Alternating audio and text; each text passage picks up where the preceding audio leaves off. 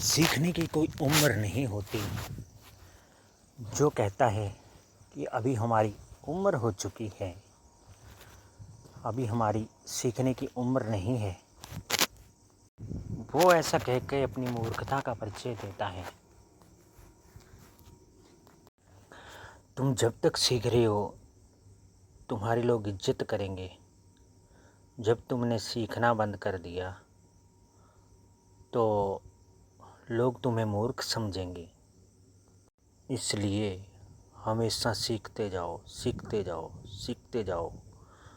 तुम कितना भी ज़्यादा सीख लो, तुम कितना भी ज़्यादा सीख लो, लेकिन फिर भी सीखने की गुंजाइश होती है। सीखना बंद मत करो, क्योंकि प्राप्त किया हुआ ज्ञान हमारे कभी न कभी काम जरूर आता है। एक व्यक्ति यदि किसी काम में असफल हो गया तो वह असफलता भी उसके केवल काम आ जाती है। वो चाहे असफल ही क्यों ना रहा हो, लेकिन जब वो अपने कार्य को करने के लिए फिर से कोशिश करता है तो पहली बारी में प्राप्त किया हुआ ज्ञान उसके द्वारा दूसरी बार की हुई कोशिश में सीढ़ी का काम करता है। इस कारण वो दूसरी बार अपने कार्य को करने में सफल हो जाता है। हमेशा कुछ न कुछ सीखते रहो, सीखते रहो। आपके द्वारा प्राप्त किया हुआ ज्ञान न जाने ज़िंदगी के कौन से मोड़ में आपके काम आ जाए। इसलिए सीखने में कभी कंजूसी मत करो।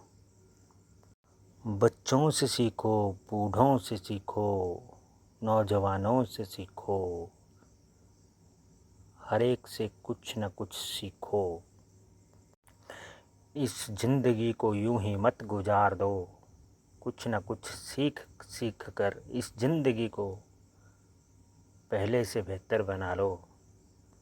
बुरे से बुरे आदमी में भी कुछ न कुछ अच्छाइयाँ होती हैं। उन अच्छाइयों से सीख लो तथा अपनी ज़िंदगी को पहले से बेहतर बनाओ। जो लोग झूठी अक्कड़ में रहते हैं कि हम बहुत कुछ जानते हैं, वास्तव में वो कुछ नहीं जानते हैं।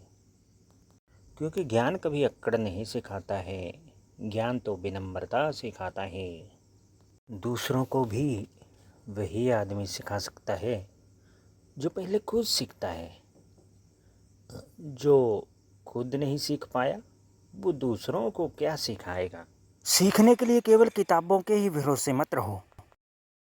किताबों से सीखो, अच्छी बात है, लेकिन ज़िंदगी भी हमें बहुत कुछ सिखाती है। किताबों के साथ साथ तुम ज़िंदगी से भी सीखो।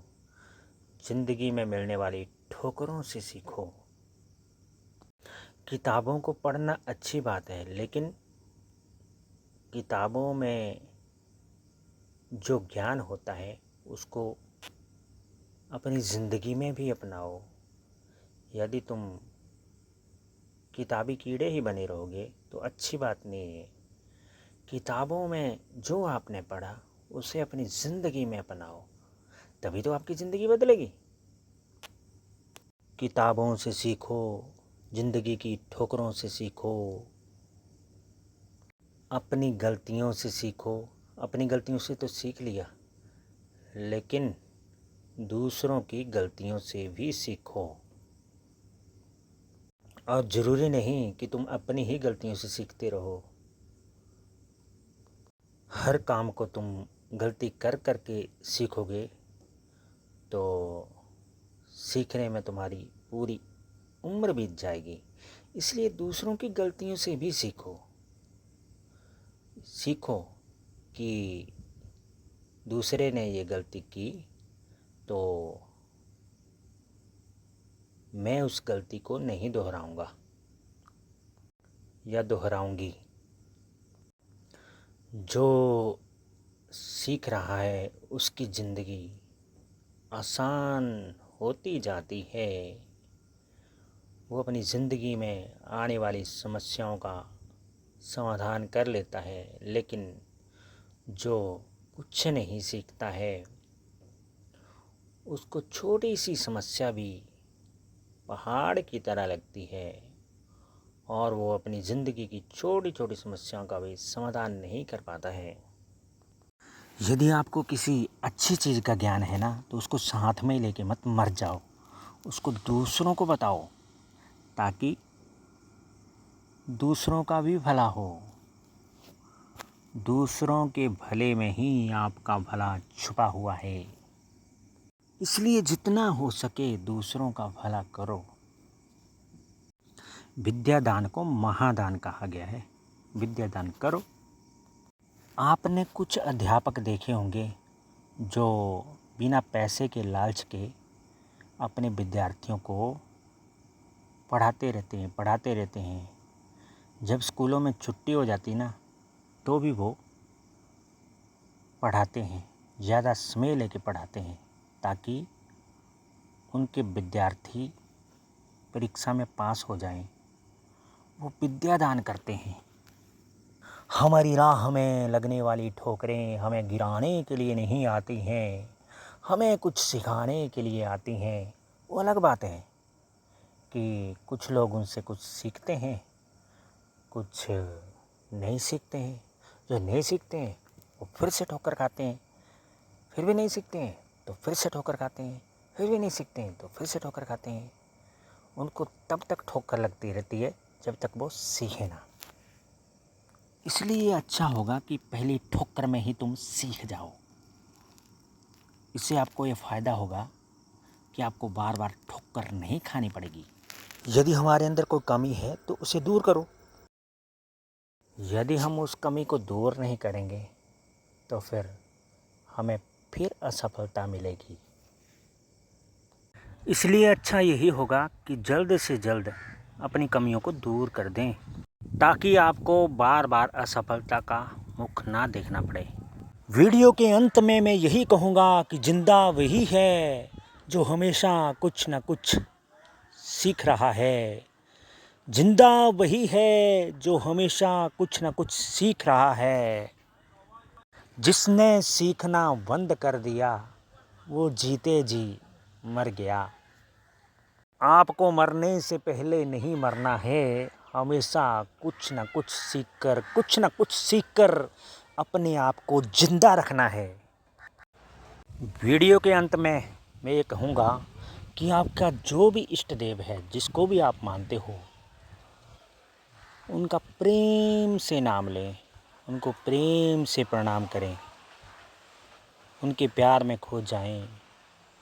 उनकी कृपा से ही आपको ज्ञान प्राप्त हो रहा है। जब मैं कहता हूँ ना कि आप कृष्ण भगवान को प्रणाम करो या माँ को प्रणाम करो तो उनको आपने अपने इष्ट देव के अंदर ही देखना है। आपको ये नहीं सोचना है कभी एक को पकड़ता हूँ, दूसरे को पकड़ता हूँ, तीसरे को पकड़ता हूँ, सभी एक ही हैं। आपको सबका सम्मान करना है तथा एक में सबको देखना है।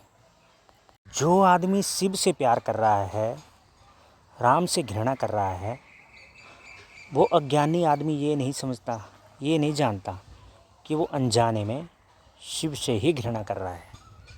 हर आदमी स्त्री और पुरुष से मिलकर बना होता है। स्त्री और पुरुष परमेश्वर के ही दो रूप हैं। उन्हें चाहे शिव शक्ति कह लो, चाहे कुछ और नाम दे दो। हर आदमी का बायां भाग स्त्री का होता है, उसकी माँ का होता है, दाहिना भाग पिता का होता है। माता पिता के बिना किसी भी इंसान की कल्पना नहीं की जा सकती है। जो सबके माता पिता हैं उनको प्रणाम करो, दिल से प्रणाम। प्रेम से बोलो, हे संसार को चलाने वाली शक्ति, आपको हमारा प्रणाम, दिल से प्रणाम।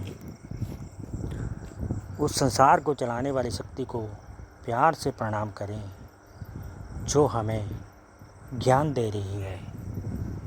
तथा बोले, त्वमेव माता पिता तुमेव बंधु सखा तुमेव विद्या द्रोणम तुमेव सर्वं मम देव देव मम देव देव मम देव देव।